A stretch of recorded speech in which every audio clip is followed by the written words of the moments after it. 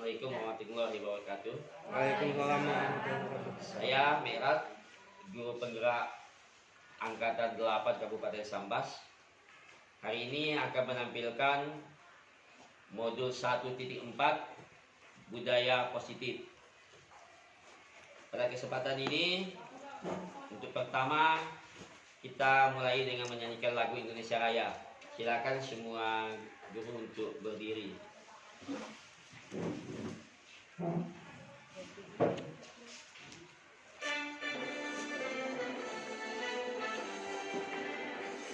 Indonesia tanah airku, tanah tumpah darahku.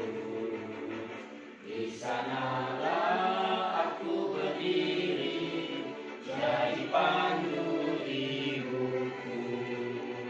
Indonesia kebangsaanku, bangsa dan tanah airku. Marilah kita berseru, Indonesia bersatu. Hiduplah tanahku, hiduplah negeriku, bangsaku, rakyatku semuanya. Bangunlah jiwanya, bangunlah badannya untuk Indonesia Raya. Indonesia Raya, merdeka, merdeka, tanahku, negeriku yang ku cinta. Indonesia Raya, merdeka, merdeka, hiduplah Indonesia Raya. Indonesia Raya, merdeka, merdeka, tanahku, negeriku yang ku cinta. Indonesia Raya, merdeka, merdeka, hiduplah Indonesia Raya. Mau tahu ya?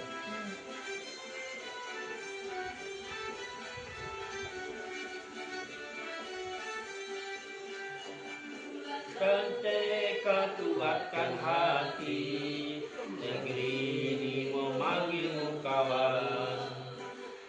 Ajak bergerak berbagi untuk negeri, ku penggerak majukan pendidikan. Ku penggerak menghamba pada murid, kreatif rancang pembelajaran. Frekuensi tingkatkan prestasi, pendidikan profit belajar Pancasila.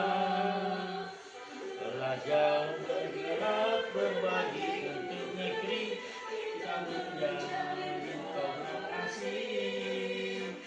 Belajar bergerak berbagi untuk negeri, ini bakti pada Ibu Pertiwi.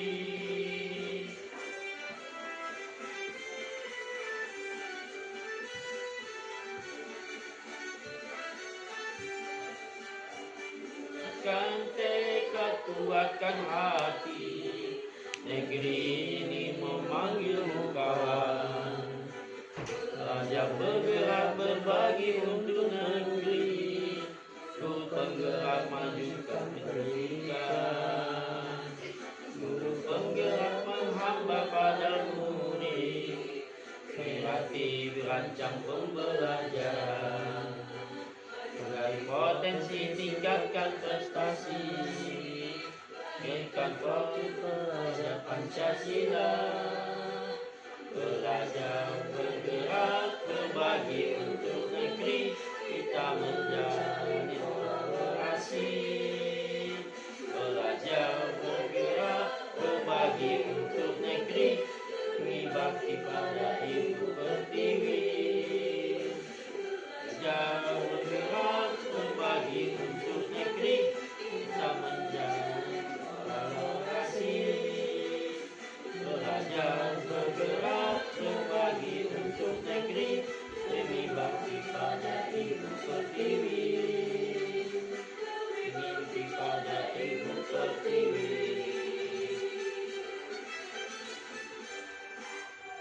Silakan duduk kembali. Ini saya akan menjelaskan materi modul 1.4 budaya positif. Untuk kesempatan pada hari ini kita akan membahas aksi nyata modul 1.4 A9 tentang budaya positif. Sebetulnya budaya positif ini punya kita bagi bagiannya lagi menjadi 6. Jadi untuk kesempatan ini saya hanya membahas 2 saja tentang keyakinan kelas dan segitiga restitusi. Nah, kita mulai dengan budaya positif. Mungkin ada yang tahu budaya itu apa? Mungkin ada yang tahu budaya dari budi dan daya. Maksudnya budaya Pak Tomo mungkin budaya. Nah, Bu Afia, silakan budaya, Bu. Terima kasih atas waktu yang telah diberikan kepada saya untuk sedikit mengartikan apa itu budaya. Budaya itu terdiri dari 2 suku kata, yaitu budi dan daya. Budi artinya akal pikiran, sementara daya itu adalah kemampuan. Berarti kalau digabungkan, budi dan daya adalah kemampuan berpikir. Kemampuan berpikir. Atau ada yang lain mungkin? Ada yang lain? Budaya? Mungkin ada? Bu Ida mungkin? Atau Bu Devi? Budaya. Nah, silakan. Budaya. Bu Nusia. Budaya adalah hasil karya dan cipta manusia. Baik, jadi budaya itu tadi gimana Bu Amina?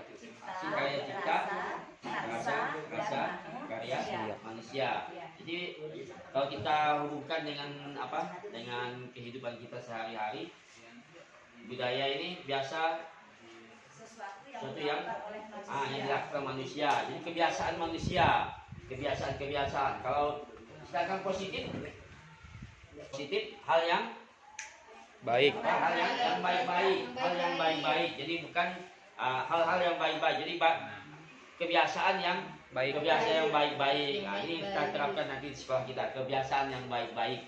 Jadi untuk kita menerapkannya di sekolah kita. Budaya adalah nilai-nilai atau keyakinan-keyakinan dan kebiasaan-kebiasaan di sekolah yang berpihak pada peserta didik. Jadi semuanya ini berpihak ke anak. Kemudian agar peserta didik dapat berkembang menjadi pribadi yang kritis, penuh hormat dan bertanggung jawab. Jadi ini tugas cukup berat sebetulnya untuk kita membuat anak berbudaya positif ini sangat berat. Mereka harus kritis, mereka harus penuh hormat. Sudah hormatkah mereka pada kita? Kemudian bertanggung jawabkah siswa kita dengan apa yang kita berikan, misalnya tugas segala macam. Nah, itu budaya cukup berat saya rasa. Jadi salah satu modul 1.4 tentang budaya positif ini adalah keyakinan kelas. Jadi kita bahas pertama itu ini keyakinan kelas. Keyakinan kelas merupakan salah satu budaya positif yang dapat dikembangkan dan diterapkan di lingkungan sekolah. Jadi untuk kebetulan kita tahun ajaran baru ini kita mulai menerapkan kurikulum merdeka. Jadi keyakinan kelas untuk kelas 10 bisa kita lakukan dengan diawali dengan keyakinan kelas dulu. Mengapa keyakinan kelas ini perlu kita lakukan? Karena ini merupakan nilai-nilai kebajikan atau prinsip universal yang disepakati bersama secara universal. Jadi ini dah keseluruhan.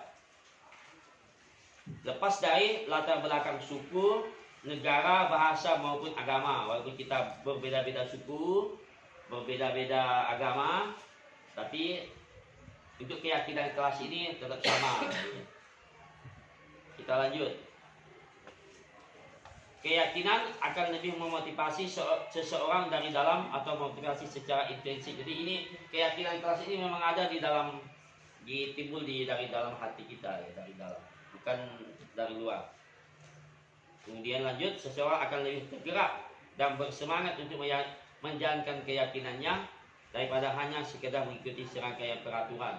Kalau peraturan itu kan cukup berat, peraturan mengikat, kan? Tapi kalau keyakinan kan tidak. Ini dari dalam kita. Jadi setiap anak nanti kita bisa kita, ini ada prosedurnya setelah ini. Kita lanjut. Ini prosedur pembentukan keyakinan kelas. Ini bisa kita terapkan nanti untuk siswa kita. Saya ke kelas 10D, ke 10C, saya masuk pertama, saya sudah mulai membuat keyakinan kelas. Bagaimana cara membuatnya, prosedurnya?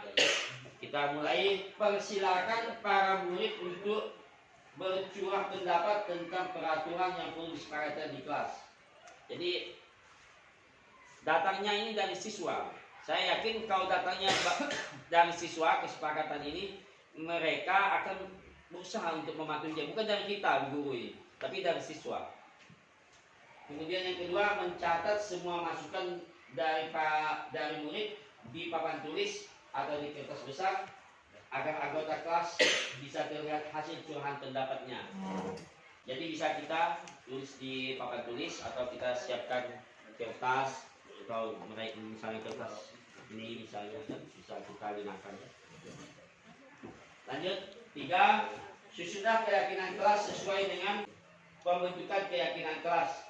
Gantilah kalimat-kalimat dalam bentuk negatif menjadi positif. Ini kan kalimat negatif. Jangan berlari di kelas atau koridor. Ada kata jangan, ini kan berlari. Kalau kita buat di kalimat positif, berjalanlah di kelas atau koridor. Lebih bagus ya. Lanjut yang keempat, meninjau kembali keyakinan kelas yang sudah dibuat. Jadi itu bukan barang yang setiap waktu tidak bisa dirubah. Jadi bisa dirubah. Setiap waktu bisa dirubah. Kemudian yang kelima, melakukan persetujuan dengan menandatangani keyakinan kelas tersebut termasuk guru dan murid. Jadi ini harus disepakati oleh guru dan murid keyakinan kelas ini. Ini sudah saya coba di kelas 10C. Lanjut, yang keenam, keyakinan kelas selanjutnya bisa ditempel di dinding atau di tempat yang strategis, bisa dilihat oleh siswa. Baik Bapak Ibu, kita ini akan saya bagikan sebuah kertas, bisa satu orang atau 2 orang mengisi tentang keyakinan kelas yang datangnya dari siswa. Saya beri contoh, ini contohnya tentang disiplin. Kalau disiplin itu kan keyakinan kelas, disiplin ini kan nilai-nilai kebajikan. Jadi keyakinan kelasnya misalnya datang tepat waktu. Paham Bapak Ibu? Paham? Contoh lagi, saya religius. Siswa berdoa sebelum dan sesudah kegiatan pembelajaran. Contoh ini contoh-contoh yang biasa kita terapkan di sekolah. Baik, saya coba. Silakan diisi. Jadi saya beri waktu 5 menit ini untuk mengisinya. Silakan Bapak Ibu kita diisi. Kebiasaan-kebiasaan yang biasa kita lakukan di sekolah. Contoh tadi saya katakan disiplin. Misalnya datang tepat waktu.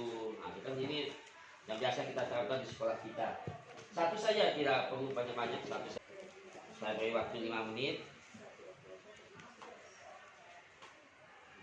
Contoh lain misalnya kalau disiplin mengerjakan tugas tepat waktu. Misalnya contoh lain. Jadi yang lain nanti silakan ditempel di depan ini.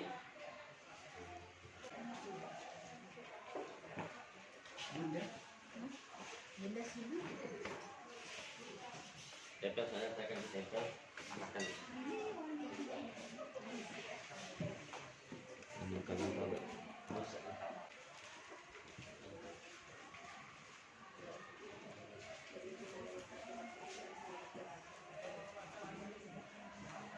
Sudah?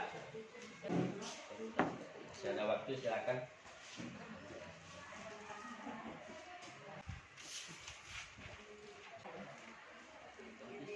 Sudah, baik, kita lanjut. Saya ulang kembali untuk keyakinan kelas yang sudah kita terapkan. Kebetulan saya contohkan ini di kelas 11 IPS 1. Bagaimana tentang nilai-nilai ya universal, ya kebajikan universal yang ada, disiplin, religius, peduli lingkungan, dan toleransi. Saya ulang kembali untuk disiplin. Contohnya keyakinan kelasnya datang tepat waktu, mengerjakan tugas tepat waktu, dan memakai seragam sesuai jadwal. Kemudian religiusnya berdoa dan berdoa sebelum dan sesudah kegiatan pembelajaran. Lanjut, peduli lingkungan, membuang sampah pada tempatnya. Kemudian toleransi, menghormati guru dan teman. Salah satu contohnya yang kita. Baik, untuk ini kita coba kita lihat hasil dari Bapak Ibu tentang keyakinan kelasnya. Disiplin melaksanakan tugas piket sesuai jadwal. Nah, itu luar biasa kan? Jadi yang pertama melaksanakan tugas piket sesuai jadwal. Jadi dia dari ditentukan untuk hari Senin mengerjakan piket pada hari Senin. Ini sudah disepakati, ini cukup luar biasa. Lalu yang kedua mendengarkan ketika guru menjelaskan. Nah, ini yang kita temukan kan, banyak siswa yang mengantuk kan. Jadi ini adalah nilai-nilai kebajikan dan ini sesuai dengan keyakinan kelas, ini luar biasa. Berarti Bapak Ibu cukup luar biasa di SMA ini. Kita lanjut. Jaga kekompakan. Nah, kan ini cukup nilai yang luar biasa. SMA ini, SMA 2 Teluk Keramat ini cukup luar biasa dari kekompakannya. Keyakinan yang keempat, jadi tepat waktu. Jadi tepat waktu dalam proses pembelajaran di kelas. Ini cukup luar biasa. Kita lanjut, menjaga kebersihan kelas. Nah, jadi kalau kelas kita bersih, kita pun semangat untuk belajar. Keyakinan kelas selanjutnya solidaritas. Apa solidaritas? Kekompakan kan, kekompakan nih, solidaritas, kekompakan. Saya yakin ya, siswa guru di SMA 2 ini cukup kompak. Siswa selalu mengucapkan salam setiap penggantian guru atau mata pelajaran. Alhamdulillah ini sudah kita lakukan di SMA kita. Kemudian sikap cinta terhadap tanah air. Jadi kita cukup sangat mencintai tanah air. Tadi kita awali dengan lagu Indonesia Raya. Selanjutnya membuang sampah pada tempatnya. Jadi ini sudah juga kita terapkan. Selanjutnya terakhir bekerja sesuai aturan. Jadi ini nilai-nilai keyakinan yang ada. Baik, terima kasih Bapak Ibu. Silakan tepuk tangan terus. Terima kasih.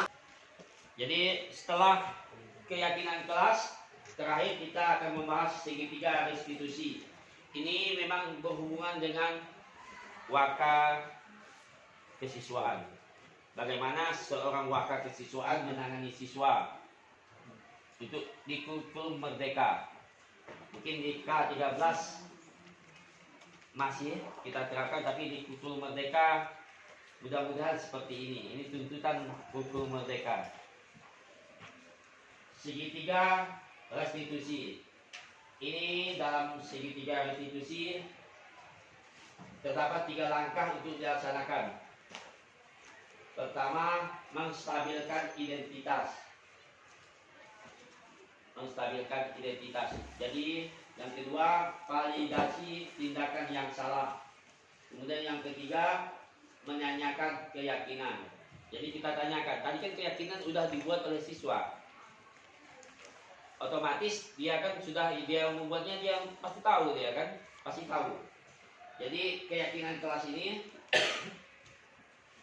saya yakin siswa tidak akan melanggar, karena dia yang membuat peraturannya, membuat kesepakatannya. Kan beda dengan peraturan yang dibuat oleh sekolah. Karena kan ini kan dari diri mereka, dari siswa. Jadi insya Allah tidak akan kita temukan siswa yang bermasalah di SMA ini. Karena ini dari mereka, dari siswa. Menanyakan keyakinan. Kita lanjut. Bagaimana langkah-langkah dalam segitiga restitusi ini? Langkah pertama, pada bagian dasar segitiga adalah menstabilkan identitas. Menstabilkan identitas. Jangan datang siswa langsung kita marah-marah. Jangan marah-marah. Tenangkan saja dulu situasi. Tenangkan. Jangan dulu marah-marah. Sabar begitu supaya tekanan darah kita tidak naik. Sabar dulu, tenang-tenang. Bila perlu kita senyum dengan mereka, akan sambut dengan baik anak kan. Karena di kultur mereka ini peserta didik itulah adalah apa? Kita harus menghamba pada anak ini. Anak segalanya ini. Jadi stabilkan dulu identitas, tenangkan dulu situasi. Jika anak membuat salah, maka ada kebutuhan dasar yang belum terpenuhi. Mungkin saja mereka, mungkin karena dia mengambil makanan temannya di sekolah, mungkin di rumah dia ada masalah, mungkin dasar, mungkin dia masih lapar atau apa namanya tidak sempat sarapan, misalnya kan, bisa jadi. Kalau dia nakal, mungkin terlambat datang ke sekolah, misalkan dia datang terlambat, mungkin mereka mungkin punya alasan, mungkin kebutuhan dasarnya ini ada yang belum terpenuhi. Mungkin kurang perhatian orang tua bisa jadi kan, karena mereka tidak, kalau di sekolah bisa kita awasi. Kita lanjut, bagian dasar segitiga restitusi memiliki tujuan untuk mengubah orang yang gagal karena telah berbuat kesalahan menjadi orang yang sukses. Jadi harapan kita, siswa kita itu kan kedepannya jadi anak yang sukses. Tidak ada guru yang anaknya akan terjerumus ke hal yang tidak baik. Jadi semua anak kita ini kita doakan mudah-mudahan sukses ke depannya. Amin. Ya Rabbal alamin. Ini anak. Lanjut, langkah kedua segitiga restitusi ini adalah memvalidasi tindakan yang salah. Tanyakan apa alasannya. Apa alasan mereka datang terlambat misalnya. Tanyakan alasan mengapa mereka pergi ke kantin jam belajar. Tanyakan mengapa mereka mencontek gelangan temannya. Tanyakan dulu. Jadi jangan kita datang kita marah-marah, jangan dulu. Tenang saja. Langkah kedua memvalidasi tindakan yang salah. Konsep langkah kedua adalah kita harus memahami kebutuhan dasar anak. Mengapa dia berbuat kesalahan? Mengapa dia datang terlambat? Mengapa dia mengganggu temannya? Mengapa dia mencontek? Mengapa dia pergi ke kantin jam pelajaran? Itu harus kita tanyakan dulu. Apa alasannya? Lanjut langkah yang ketiga, menanyakan keyakinan. Teori kontrol menyatakan bahwa pada dasarnya kita termotivasi secara internal ketika langkah 1 dan 2 sukses dilakukan. Ini sukses kita lakukan, maka anak akan siap untuk dihubungkan dengan nilai-nilai yang terpercaya dan berpindah menjadi orang yang kita inginkan. Jadi kita menginginkan anak yang baik tentunya. Mereka tetap mengikuti peraturan sekolah ini. Kita lanjut.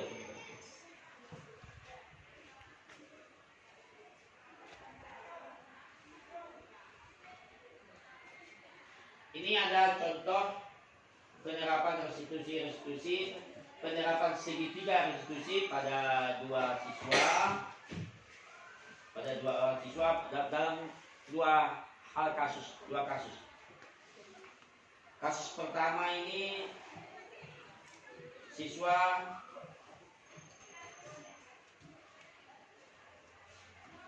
kita lihat saja dulu ini, kita lihat videonya sebentar dan kita jelaskan. Sebentar, silakan kita saksikan video ini.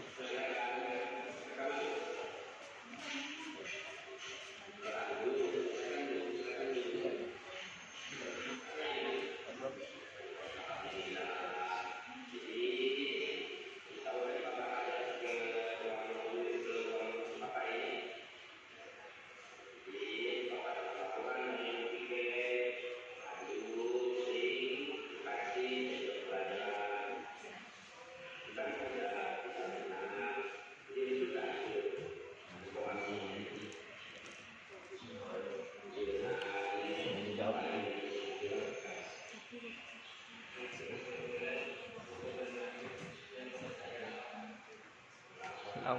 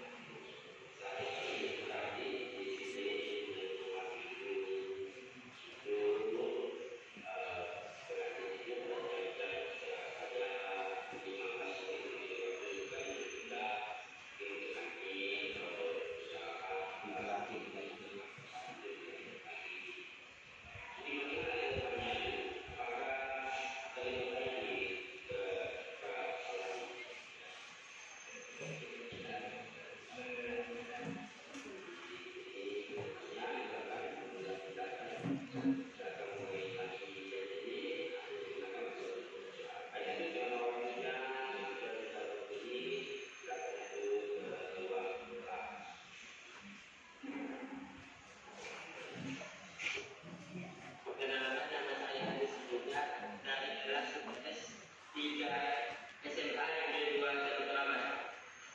Saya tadi ada berdiskusi dengan Pak Miran karena atas kesalahan yang saya buat, yaitu kegantian pada jam pelajaran. Saya sangat berterima kasih kepada Pak Miran karena atas dirinya saya tidak akan mengulanginya lagi. Terima kasih. Kita lihat kasus yang kedua.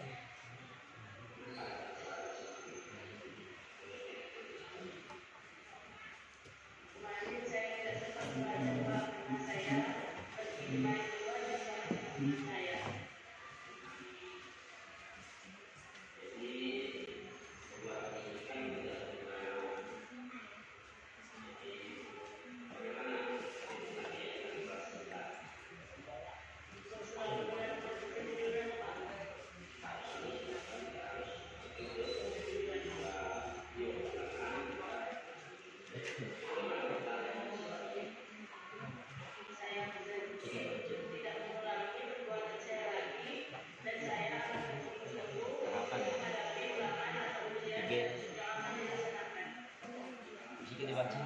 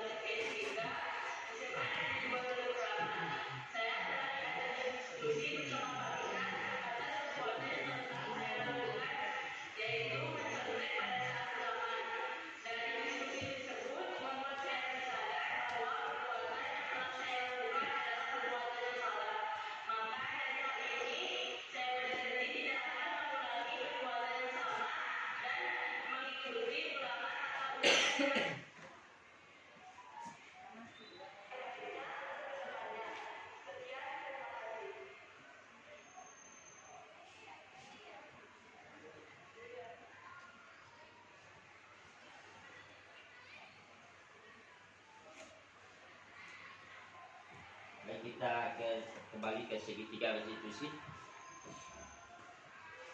Tadi ada dua kasus yang saya tampilkan di slide ini. Kasus pertama tadi seorang siswa SMA jam pelajaran sering ke kantin, mencuri-curi pergi ke kantin ketika misalnya Bu Nursia sedang mengajar, dia permisi ke WC, ternyata tidak ke WC tapi ke kantin, dia makan di kantin. Ini kasus pertama. Kasus yang kedua tadi seorang anak bernama Natasha mencontek ketika ulangan berlangsung. Ini pelajaran sosiologi. Jadi Natasha ini mencontek temannya. Bagaimana kasus-kasus ini akan sering terjadi di sekolah kita ini. Bagaimana kita mengatasinya, ini yang menjadi PR buat kita. Baik, untuk sementara ini mungkin ada yang ingin ditanyakan, silakan.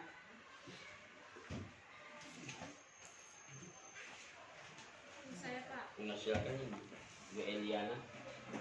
yang ingin saya tanyakan itu kan berdasarkan dua kasus yang Bapak tampilkan tadi, bagaimana tahapan segitiga restitusi yang Bapak lakukan Baik, menghadapi siswa tersebut? terima kasih.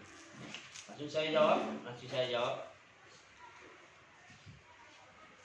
Untuk kasus ini, tadi kasus saudara Andu karena dia pergi ke kantin jam pelajaran ekonomi yang gurunya Ibu Nursia.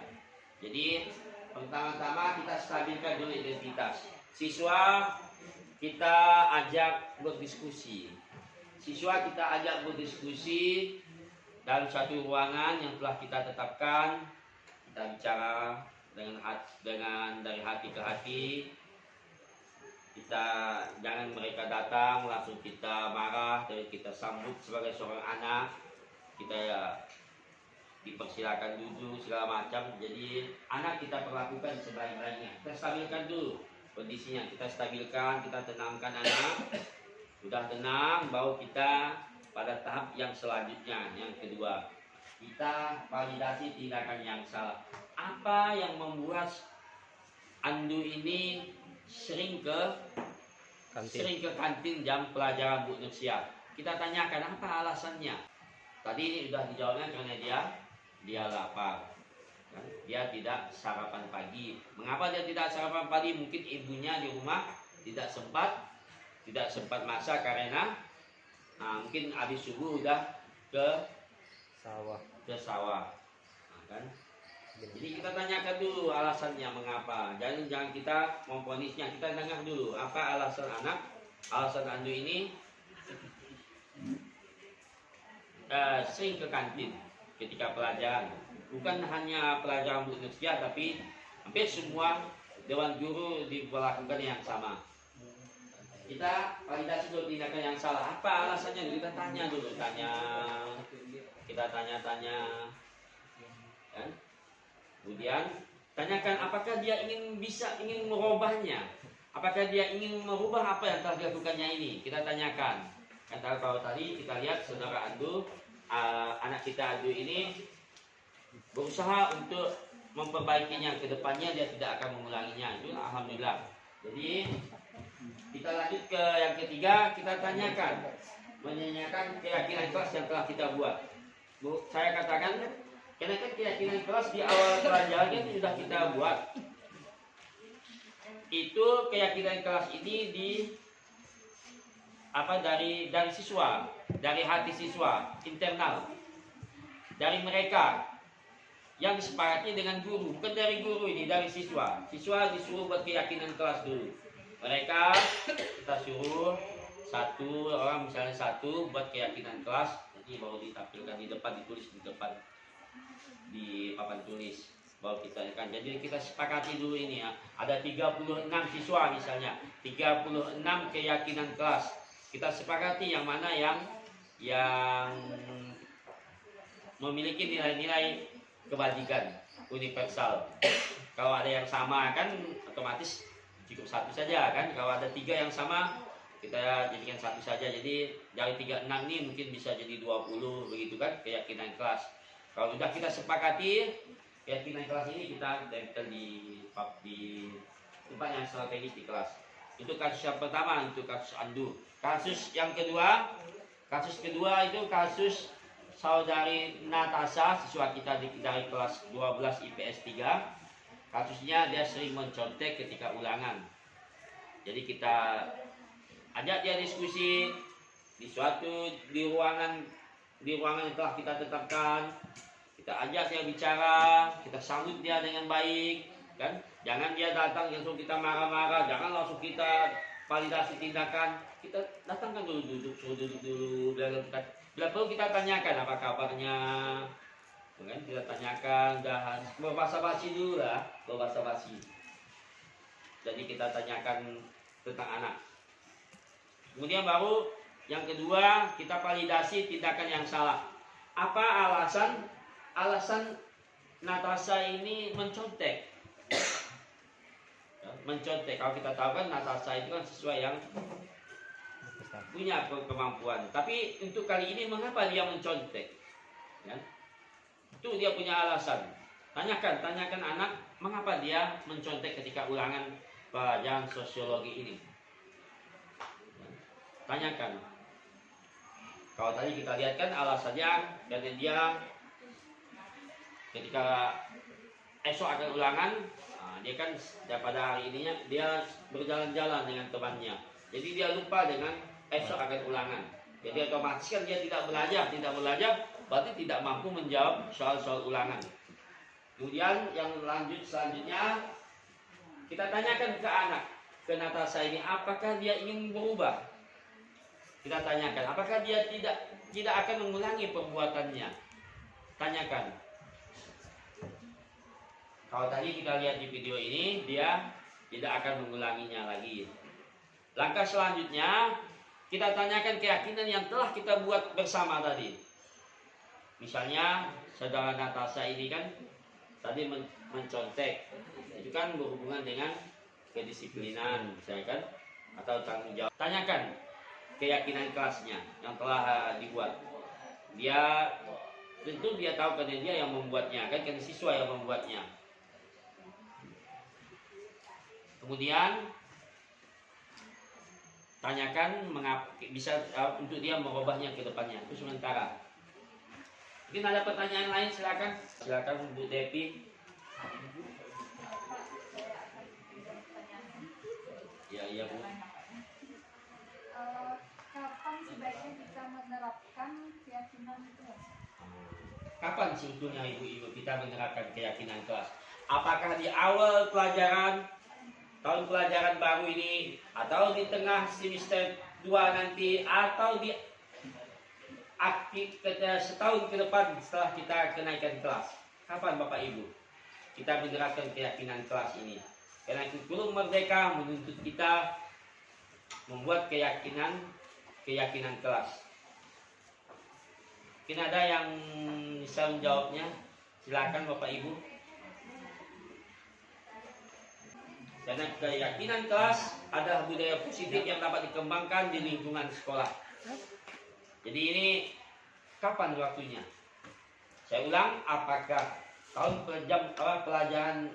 pelajaran baru ini, kita baru pertama masuk ini, atau nanti di semester genap, atau ketika kita akan menerima rapot nanti? Mungkin ada yang bisa berikan pendapatnya, silakan. Mungkin di awal semester, atau ada yang lain, silakan. Pak Herman mungkin, Pak Herman. Kapan? Di awal semester. Tahu dulu dulu. Cairkan suasana ini. Di awal semester ini atau menuliskan poin-poin keyakinan kelas di awal semester 1, kalau penerapannya setiap hari. Jadi penerapannya setiap hari. Jadi begitu keyakinan kelas kita buat, kita sepakati, penerapannya setelah ini terbuat, setelah keyakinan kelas kita sepakati. Jadi yang baiknya itu di awal kita pertama masuk ini. Saya sudah mencobanya di 10C karena saya belum masuk 10B, belum masuk 10D, 10E tempat saya mengajar. Karena saya mendapatkan 3 kelas di di kelas 10 ini di Kultur Merdeka. Jadi belum saya terapkan untuk di kelas lain, baru dapat satu kelas tentang keyakinan kelas. Kembali ke keyakinan kelas, ada mungkin pertanyaan yang lain?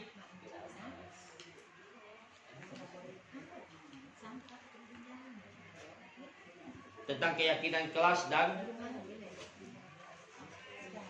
kita lihat ini contoh di slide ini.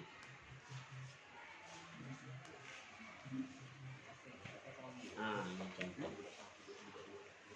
Keyakinan kelas itu kan didapat dari nilai-nilai kebajikan universal. Contoh disiplin. Kebiasaan Bapak Ibu buat tadi kan disiplin. Saya ulang kembali, terus kita ulang supaya kita terus ingat bagaimana kita bisa contoh saja keyakinan kelas. Nilainya dulu apa? Karena ini kan datangnya dari siswa, Saya yakin kalau datangnya dari siswa, dia tidak akan berani untuk melanggarnya. Saya sangat yakin. Lain halnya dengan peraturan yang dibuat oleh sekolah. Karena itu satu pihak, karena dari sekolah, kan bisa jadi anak akan membantah, akan saling bertentangan dengan anak. Tapi kalau sudah dari dirinya, saya yakin anak akan mematuhinya. Disiplin. Misalnya memakai seragam sesuai jadwal. Ini kan salah satu contoh keyakinan kelas dari nilai-nilai disiplin. Memakai seragam sesuai jadwal. Untuk SMA kita kan mulai tahun ini kita menerapkan Senin, Kamis, Senin dan hari Kamis untuk baju putih abu-abu. Kemudian Selasa, Rabu kita baju batik khas kita. Kemudian hari Jumat kita berbaju pramuka. Ini keyakinan kelas yang sudah kita buat. Kalau kita hubungkan dengan segitiga institusi, kalau mereka misalnya sudah disepakati ini, sudah kita sepakati keyakinan kelas ini, siswa melanggarnya, bisa kita terapkan kembali segitiga institusi. Mereka melanggar keyakinan kelas yang ada, dapat kita terapkan segitiga institusi, tapi dengan pendekatan yang guru diusahakan tidak sebagai penghukum, tapi guru sebagai manajernya. Manajer maksudnya kita memperlakukan anak dengan sebaik-baiknya. Kita seperti yang sudah saya sampaikan tadi. Kita lanjut ke religius. Saya ulang terus ini supaya kita lebih mantap ke depannya. Mengucapkan salam ketika masuk dan keluar kelas. Jadi anak yang langsung saja keluar masuk ke kelas tanpa izin dari guru, itu harus kita berikan teguran, teguran yang baik. Misalnya melakukan sholat zuhur berjamaah bagi yang beragama Islam. Jadi kita arahkan anak untuk ke mushola kita, mungkin dengan karena jumlah siswa kita 500-an, dapat kita bagi sesi-sesi kita terapkan. Jadi misalnya 2 kelas dulu atau 3 kelas, dan jadi setiap sesi, jadi akhirnya tercapailah ke 14 kelasnya yang ada. Kita lanjut, peduli lingkungan. Jadi lingkungan ini karena kita sering banjir, tentunya lingkungan ini sangat tidak kondusif. Jadi dengan peduli dengan lingkungan ini, kita mengajarkan kepada anak hal-hal yang baik. Misalnya melakukan piket kebersihan sesuai jadwal. Jadi anak kita kita tuntun untuk menjaga peduli dengan lingkungan. Membuang sampah misalnya kan, membuangkan sampah. Kita punya tempat sampah di penampungan di belakang dapat kita gunakan. Kemudian selanjutnya menjaga kelas tetap bersih dan nyaman. Karena kelas yang bersih dan nyaman akan membuat kita betah di dalam kelas.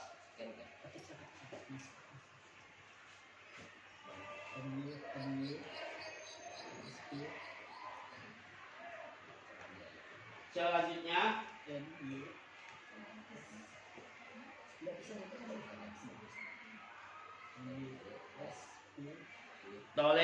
toleransi.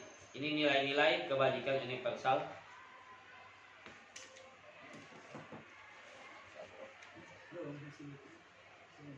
Menghormati guru dan teman. Salah satu toleransi. Menghormati guru dan teman. Misalnya menghormati guru dan teman. Ini kita hindari hal-hal yang tidak baik antara anak, ya. Jadi kita tanamkan toleransi ini untuk saling menghormati. Kemudian selanjutnya menghargai orang lain. Dan seterusnya berteman tanpa pilih. Ini yang kita temukan. Berteman tanpa pilih. Baru-baru ini kan kita lihat SMA kita sedang sedang merotasi kelas-kelas, memindahkan anak si A, anak si B dan anak si C, kan? Harapan kita kan supaya anak ini nanti antar mereka itu kan saling Mengenal satu sama lain. saling kenal begitu kan, tidak bentuk dalam geng-geng tertentu kan. Jadi ini hal yang positif sekali kan. Jadi walaupun anak banyak yang tidak terima, tapi nampaknya hari-hari yang kita lalui ini mereka tidak masalah lagi kan berjalan. Memang di awal biasanya memang banyak penolakan, tapi ini kedepannya kan ini harapan kita. Kan kita lihat mereka sudah sangat kompak kan. Jadi supaya mereka tidak pilih-pilih teman. Selanjutnya kita masih ada waktu 5 menit lagi. Bagaimana ringan? Anak itu ringan tangan, mau menolong sesama. Kan? Tidak hanya antar mereka, tapi juga mau membantu guru. Ringan tangan. Selanjutnya nilai yang lain dapat kita lihat. Mungkin ini yang keempat, mungkin nilai yang kelima. Ada mungkin yang dapat membantu saya nilai-nilai kebajikan yang lain. Tadi peduli lingkungan, toleransi, nilai-nilai kebajikan yang lain, misalnya nilai apa tadi? Kekompakan, menjaga kekompakan, kan? Kalau kita tuliskan toleransi yang lain kan, menjaga kekompakan atau saling bekerja sama, kan? Bekerja sama. Dan satu pekerjaan itu kan yang berat tentu tidak bisa dikerjakan sendiri, tapi harus saling bekerja sama, bantu membantu kan, tolong menolong. Kita mungkin ada yang lain lagi, silakan. Mungkin ada pertanyaan masih sebelum kita tutup.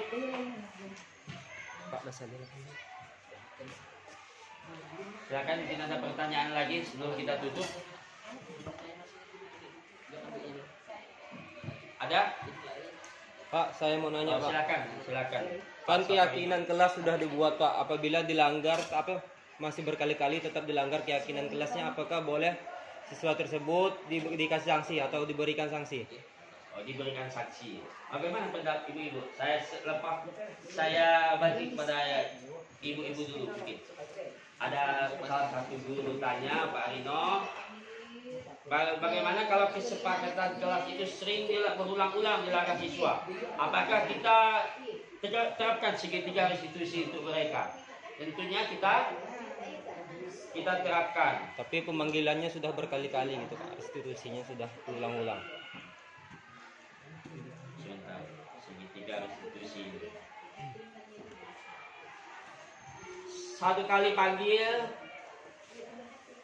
Masih diulang. masih, dua Masih diulang.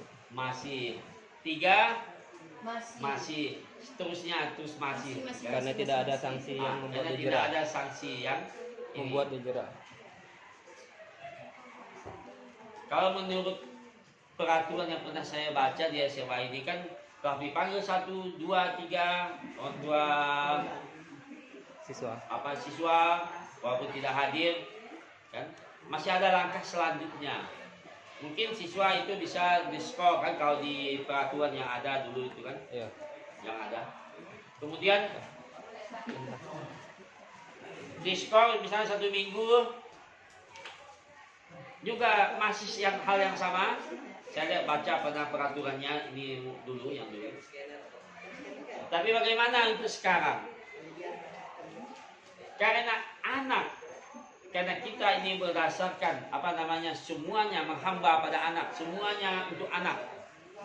Mau tidak mau segitiga restitusi harus kita terapkan. Tidak ada skor seperti pada masa lalu. Tidak ada skor pada masa lalu. Sebagai orang tua kita tidak akan pernah bosan-bosannya. Tidak akan pernah bosan-bosannya untuk anak. Jadi kita tetap menerapkan segitiga restitusi ini. Walaupun perlakuannya udah berulang-ulang. 3 kali, 4 kali, 5 kali, bahkan ini. Biasa di akhir semester, akhir bagi pembagian rapot dapat kita diskusikan untuk bagaimana proses Belajar berikutnya. proses untuk kenaikan kelasnya. Baik, mungkin masih ada yang ingin bertanya sebelum saya tutup. Satu pertanyaan.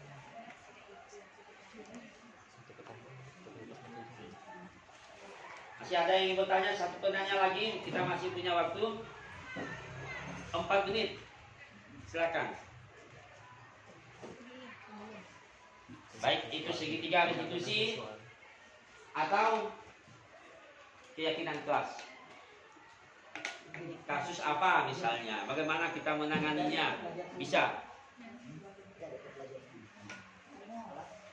Silakan. Kasus apa misalnya? Kita cari kasus yang biasa terjadi di sekolah kita bagaimana menanganinya? Menurut segitiga restitusi. Bukan menurut masa lalu, bukan. Ini kan kita Tukul Merdeka ini ada perubahan. Ini sangat cocok untuk kesiswaan ini, wakar kesiswaan. Bagaimana menghadapi siswa? Satu pertanyaan lagi. Ini.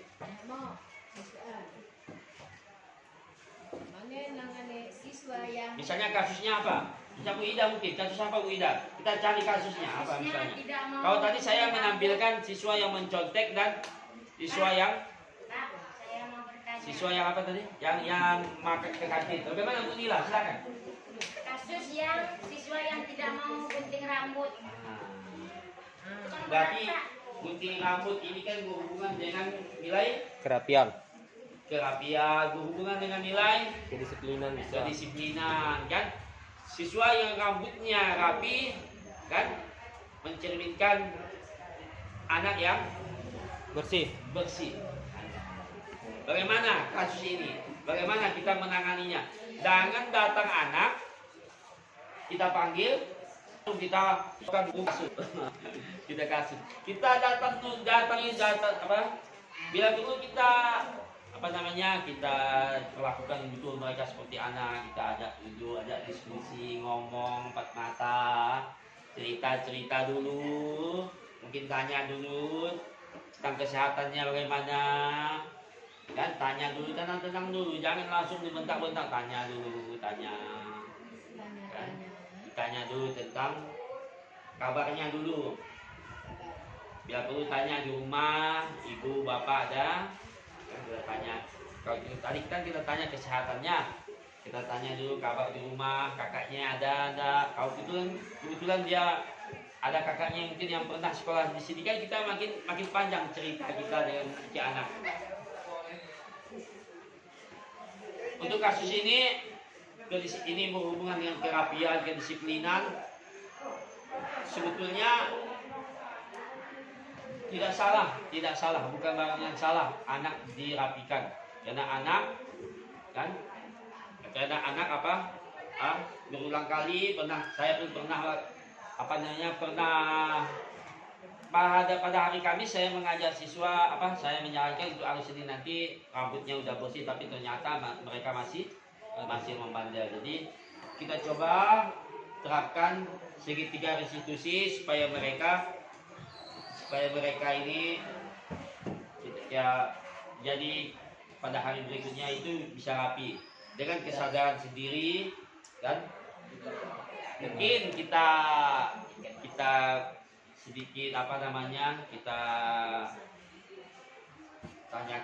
kita stabilkan, dan tadi kita tanyakan alasannya mengapa mereka harus menggunting harus berambut yang sangat panjang.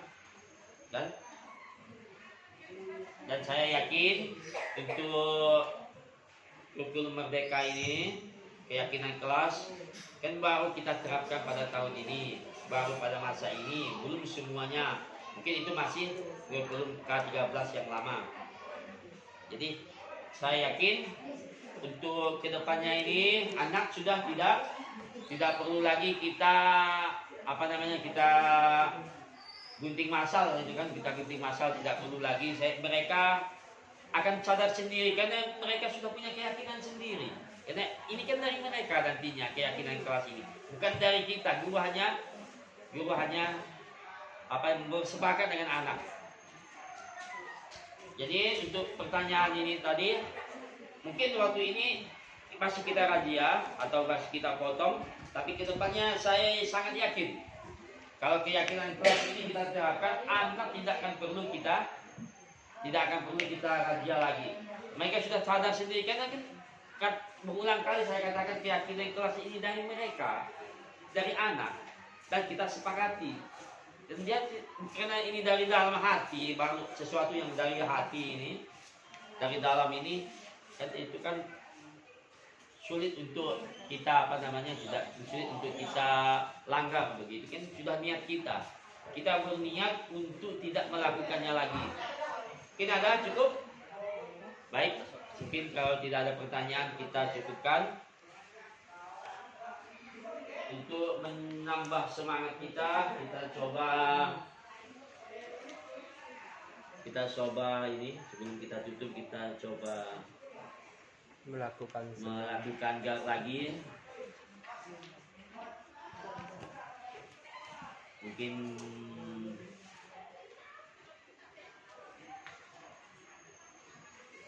Bapak Ibu bisa berdiri mungkin, atau ini bisa dilakukan dalam posisi duduk.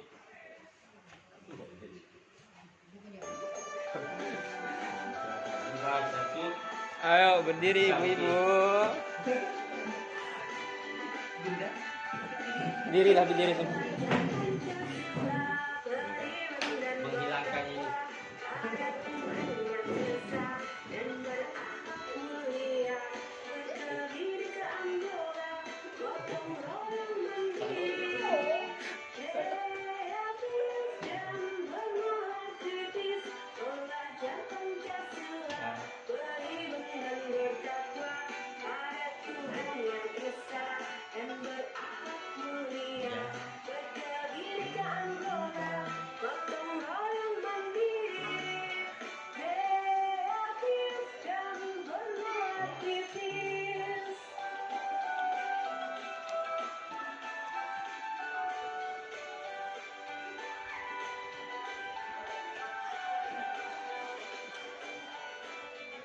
Oke, terima kasih